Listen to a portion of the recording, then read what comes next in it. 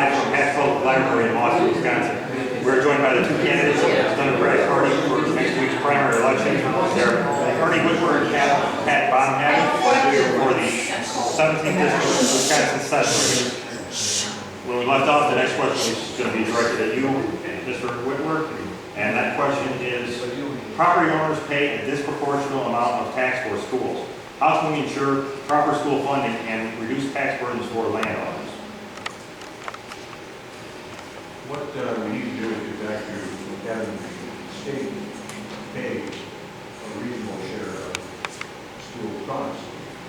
The goal was many years ago to have 2/3 of the costs picked up by the state, and we have been moving away from that pretty consistently over the past number of years. The other thing we have to do is revise the school aid formula for this part of the state in particular. Most of the schools in this district are defining their own schools, and enrollment is one of the key drivers of the distribution of aids. So with declining enrollment, schools here are getting a smaller slice of a smaller pie. And as a result, a whole bunch of them are going back to the property tax as their only other source to keep those schools open. So we have to revise the formula, we have to put more money into the formula. Thank you. Mr. Brownback, same question. The issue for school funding is not whether our state government has the resources to sufficiently provide funding at a 2/3 level, but whether we have the right priorities to do so. And rather than commit ourselves to large tax breaks for corporations and the relatively well-off, we should rather save those funds and reinvest them in our local public schools. And we also need to ensure a more fair funding formula for rural schools. As state senator for District 17, my job will be to fight for the people of Southwest Wisconsin. And our rural schools are the heart of our communities. And under the current formula, we are not getting our fair share of the funding. And I support a specific proposal from Tony Evers, the State Superintendent of Public Instruction, entitled Fair Funding for Our Future.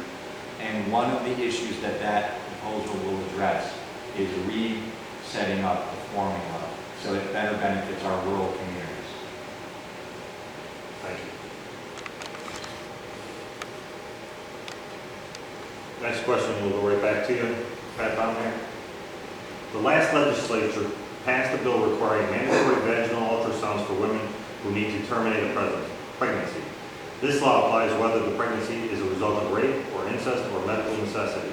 How would you explain the limits to which the state legislature should require medically unnecessary procedures to further their religious and ideological views? Well, I oppose that bill strongly. As I mentioned, I will be an advocate for women's rights, and to me, that means healthcare freedom for women.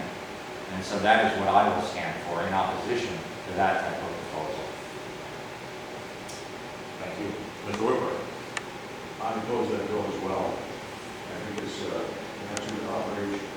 It's an invasion of a woman's privacy and view her body at a time when she's making one of the most difficult decisions in her life. And we have to reverse it. We have to get back to respecting a woman's ability to make her own decisions. Thank you. Ernie Whitmer, next question right back at you. Governor Walker has taken the position that the U.S. Supreme Court's decision to exempt religious employers from women's preventative health requirements in federal law will now be applied to Wisconsin law that for many years has required insurance companies to provide contraceptive benefits with no exemptions. The Supreme Court decision on federal law was not a constitutional decision and has nothing to do with Wisconsin law. How do you feel about this example of picking and choosing which laws to enforce? Well, unfortunately, it's a great example of picking and choosing which laws to enforce, and it's picking and choosing the laws that play into his particular political ideology. It's an extreme stretch to come to the conclusion that he's come to, and it's the wrong conclusion to come to, and you ought not do that. Thank you. Pat Bonham. We need to ensure that The citizens in our state have access to birth control through their insurers, and that's what I will stand for. Thank you. Once again, you're listening to the Democratic Primary Candidate Forum on Now 92.1 FM. We have candidates Ernie Whitwer and Pat Baumhack with us here at the Hatch Public Library in Boston. We have a great crowd here in the community room here at the, absolutely, get yourself in. Thank you very much. Great crowd here at the community room here at the Hatch Public Library, a beautiful facility here in Boston. And that's the end of the prepared questions, so here we'll go with some questions from the group here for us. So Pat, I believe the last question went to you, so we'll go back to you. Why does Minnesota, with the same population, have half as many people in prison as Wisconsin? How would you address it? Because Wisconsin's criminal justice system needs serious reforms. We have far too many people in Wisconsin behind bars. We need to reform our criminal justice system. As an attorney, having interned for Judge Bill Dyke in the Iowa County Circuit Court, I was able to see it firsthand, speak with judges, speak with prosecutors, speak with defense attorneys, and we need to reform our criminal justice system. Ernie Whitwer, same question. Well, we do need to reform our criminal justice system. We lock up way too many people for way too many crimes. Minnesota is taking a very different tack. They are very aggressively trying to keep people out of the criminal justice system through interventions with things like drug courts and other things so that people stay out of the system rather than getting into it. And once they're into it, they're also using a whole bunch of probationary kinds of measures so that people don't have to go to jail, so that they can stay in their community, be productive members of society, even if they have committed some kind of nonviolent crime. So we have to look at that. The historic approach that Wisconsin has taken of, get tough and lock them up and throw away the key hasn't worked. If it had worked, we would have the safest state in the union, and we don't. So we have to look at that and change the way we do it. Thank you. Another question back to you, Ernie Whitwer, from our audience here. Basically, the question is about the, to understand the state and the district and everything, you have to have roots here. What are your roots? What is your family history and everything with the state and with the district? Well, I was born and raised on a farm in western Dane County, back in western Dane County, a very rural place. I lived in rural Wisconsin most of my life, in different locations. I lived in the 17th district, a total of 16 years, and the property owner and taxpayer around here for 25 years. So I've got some pretty deep roots in the district and certainly in rural Wisconsin. Pat Baumhack. First, I am proud to be a fifth-generation Wisconsinite. My family has been here since the 1800s, which means we have endured many cold winters and we have yet to leave Wisconsin. I'm so proud to be a resident of Southwest Wisconsin, one of the most beautiful, most naturally beautiful parts of our state.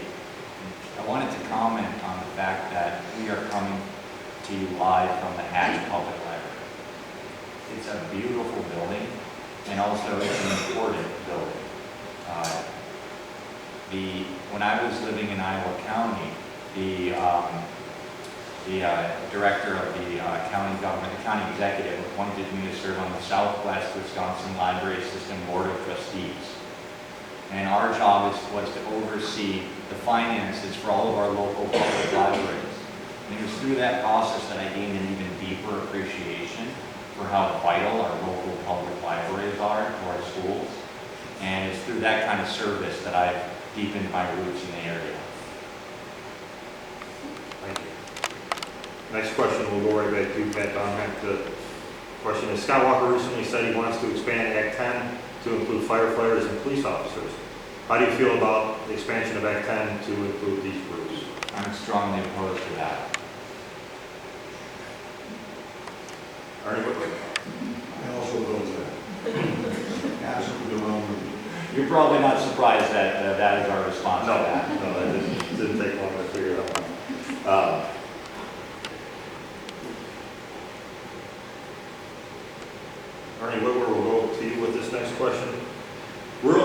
face brain drain. How can we revitalize our rural communities to attract young people?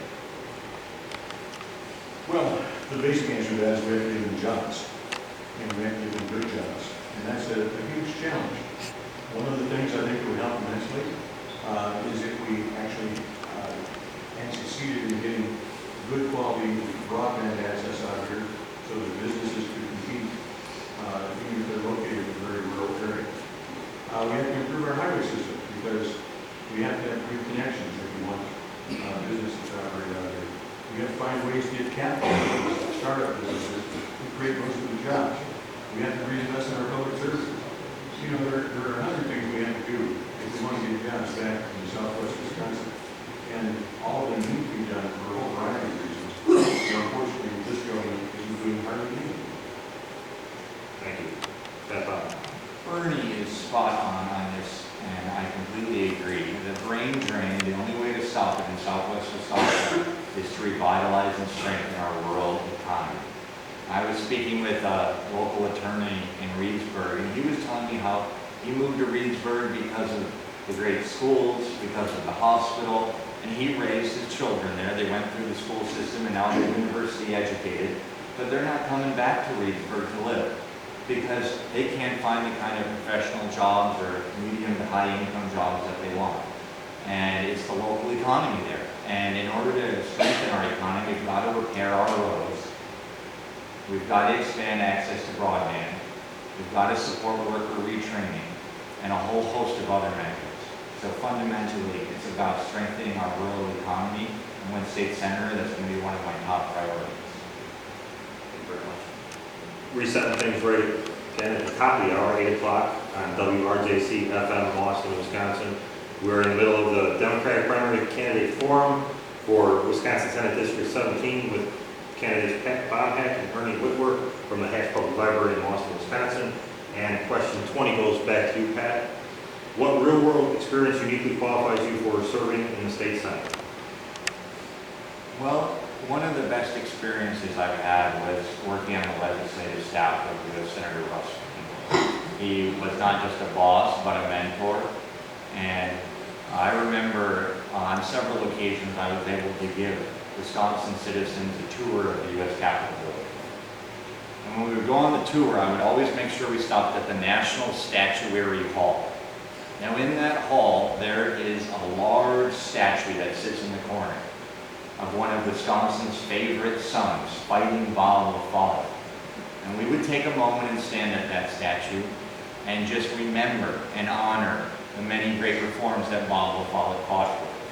And it was through these kinds of conversations, through working for Senator Feingold there, that I really deepened my commitment to public service. I know that I'm a couple years younger than Ernie, and that he shares that commitment to public service. That's one of the things I greatly admire about him. But I feel that just as deeply and strongly. Mr. Whitworth.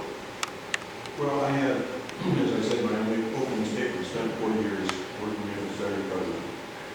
I've managed multi-billion-dollar budgets. I've led an agency of 4,000 people. I've overseen the development of legislative proposals and legislative budgets. I've reacted and responded to constituents. Sometimes they've said good things about me, and sometimes they've said not such good things, which is part of the job. I have interacted with legislators of both parties. I've cooperated with local government officials. I have worked with governors of both parties. So I have a long history of working in government. I know how it works. And I think I can bring that knowledge to bear and example to try to make that building work a little bit better than it does now. Okay. Thank you. Ernie Whitworth, the next question goes to you first. Could the state make it fair to pay for school tax in each district? Example, school needs $10,000 to run 100 people in district. Could everyone pay the same amount? I'm not sure I fully understand the question. I'll read it one more time to give you a moment to think about it, see if you can understand it with me. Could the state make it fair to make it fair pay for school tax in each district. Example, school needs $10,000 to run, 100 people in district. Could everyone pay the same amount? Well, I think that would be a fairly regressive tax, and I don't think that would be the way we want to go. I think there is an element of ability to pay with the current system, certainly from the state side, for largely income tax. And I think there's also an element that's very PPP, but an element of ability to pay even the property tax. If you have a lot of property, chances are you have a bit more money than the person who doesn't. So I think there is a need to have those people who have benefited the most from our society contribute most back to it. And I think the proposal, at least what I understand, what you said, would line the base of that priority that I have. Thank you. Pat, on that same question. Well, I agree with Ernie, and I share his priority of making it so that our low-income areas of the state aren't paying a disproportionate amount of tax to support the local schools. Again, what I support in terms of reforming our tax formula, the funding formula, is to ensure that rural schools are doing better under that formula, not worse. And from what I understand from that proposal, that would actually make it worse for many of our low-income rural communities. Thank you. Hold my hand, the last question. So I appreciate that it's the last question, but I also appreciate you two being here, and I appreciate the gentlemanly fashion and manner that this forum has been held so far. So I hope that continues after this question.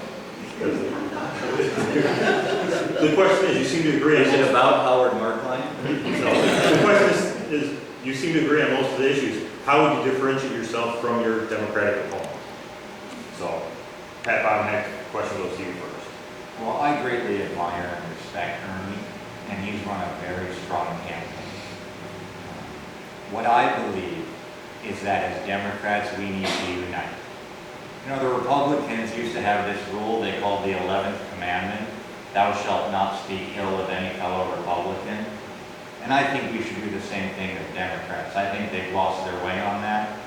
The real divide is not between us, but it's between what we are all fighting for as Democrats and what Governor Walker and Howard Markline are fighting for. So I am focused on a unity approach to our party.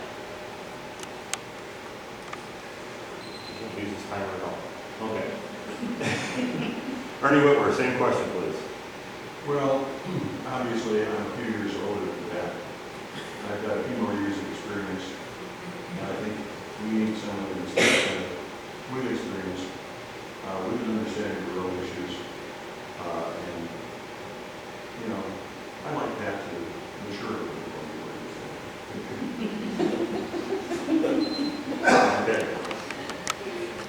All right, so that'll wrap up the question part of our forum tonight, the Democratic Senate District 17 Democratic Candidate Forum here at the Hatch Public Library.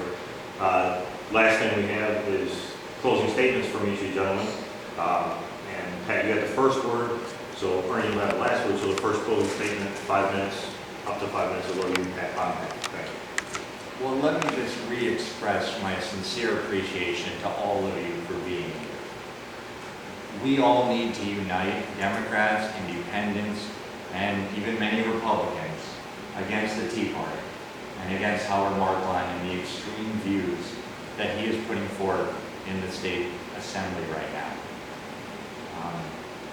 I was walking down Main Street in Platteville recently near the Badger Brothers coffee shop, if you know where that is, and a woman stopped me and said, "Aren't you the tall fellow that's running for politics?" I said, "Yes," and we got into a conversation, and she reminded me that in her view, every generation has a duty in America, in Wisconsin, Southwest Wisconsin, to hand off to the next generation something better than they found it. And I agree with her. And that's fundamentally why I'm running.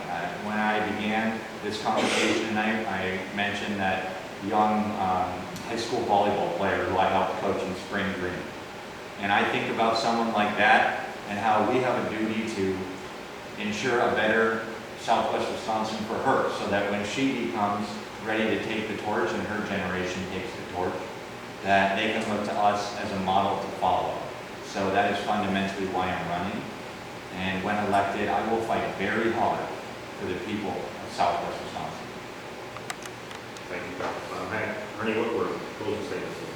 Thank you. And again, thanks to all of you for coming out tonight. It is important that you learn about candidates so that you can make good decisions. And thanks to you and June and County Council for putting this together. And by the way, the questions have been great. I have been interviewed by so many reporters lately, and I've commented several times that I wish they would get more creative in their questioning. So I appreciate the good questions that you've gotten. We have talked about a lot of very important issues here tonight. A lot of issues that require serious thought, serious ideas, a lot of perseverance if we're going to address them. There are issues that have to be addressed if this state is going to prosper. The question that faces all of you, or the two questions that face all of you, are simply these. Which of us is best able to meet Howard Markline and his $285,000? And which of us will do the best job in January and in the 4 years that follow that? I have 40 years of experience in government. It's almost exactly 40 years ago that I went back to graduate school. 2 days after I got a master's degree in public management, I went to work for the Department of Transportation. My very first assignment there was to try to answer the question, why is Wisconsin unique among the 50 states in that we do all of our highway maintenance through contracts with county highway departments rather than doing it with public, state employed public forces? The answer is quite simple. It works.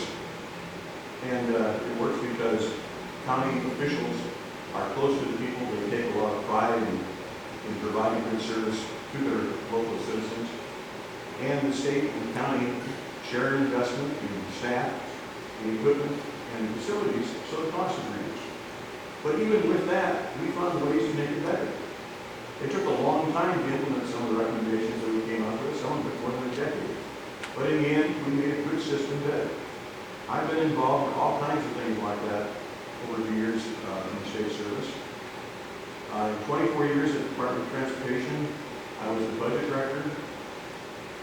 I was the head of the bureau that does the short-term planning, financial management, policy management, data management for the state highway construction program and maintenance program.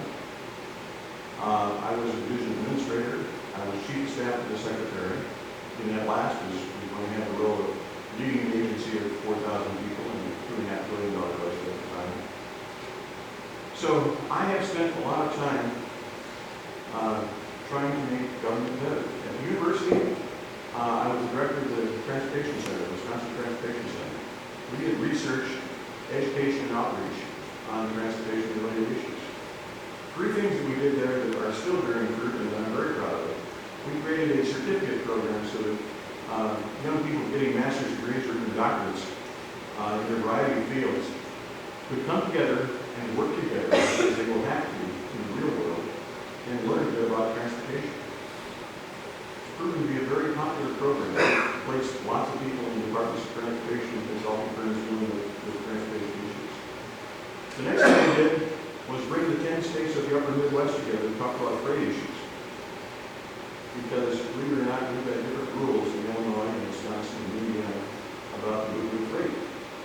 And those states are still working to make our industries more efficient by making the transport of freight more efficient. And the last thing we did was looking at the future needs of the transportation workforce. The world is changing, and the professions and crafts that support the transportation industry are changing too. They have to change. And the way those people are trained has to change. So I've spent my life trying to make government work better, and I've had a good deal of success in doing that. I've also spent my life in rural Wisconsin, as I said a few minutes ago. I've lived in a lot of different places in rural Wisconsin. I think in my entire life, I've only spent 9 years actually living in Madison, which is where I worked for a long time. So I have an an understanding of rural people, the issues that face rural society. And while the solutions or while the problems may sound very similar to the problems that are raised in Madison and Milwaukee, they are fundamentally different in rural Wisconsin.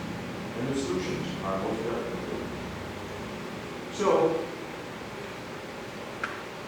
I am here as a candidate for the Senate 17th District.